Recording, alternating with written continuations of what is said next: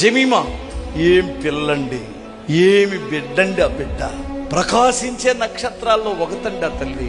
ఒక అమ్మాయిని ఆపి ఈ అమ్మాయిని నిలిపి ప్రపంచములో ఎత్తిపట్టి చూపిస్తే ఆమె ప్రపంచములో ఉన్న ప్రజలకి నా దేవుడు ఎంత నన్ను బలపరిచాడో, నా దేవుడు ఎంత గొప్పవాడో అని ఒక్క మాటతో ప్రపంచానికి తెలియజేసింది. మరి ముఖ్యంగా భారతదేశానికి చాలా మంది చేతిలో దేవుడు మోసపోయాడు. వీళ్ళని హెచ్చిస్తే, ఏమైనా హెచ్చిస్తే, ఆయన హెచ్చిస్తే నన్ను కనపరుస్తారు అనుకున్నాడు. కానీ హెచ్చించిన వెంటనే మరి ఆ భగవంతుడు దయ వలన జీసస్ పేరు పక్కన పెట్టేస్తాడు. యేసు అనే పేరు వద్దాడికి.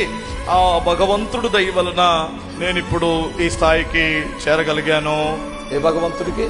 భగవంతుడు అన్నావు, నేను కాదనను. ఆ భగవంతుడు ఎవరో, ఆయన పేరేంటి? ఆయన పేరు చెప్పడానికి సిగ్గుపడే నువ్వు రేపొద్దున ప్రభు రాజ్యంలో నిన్ను దేవుడు ఎదురొచ్చి ఆహ్వానించి రానాయనా అని అంటాడా?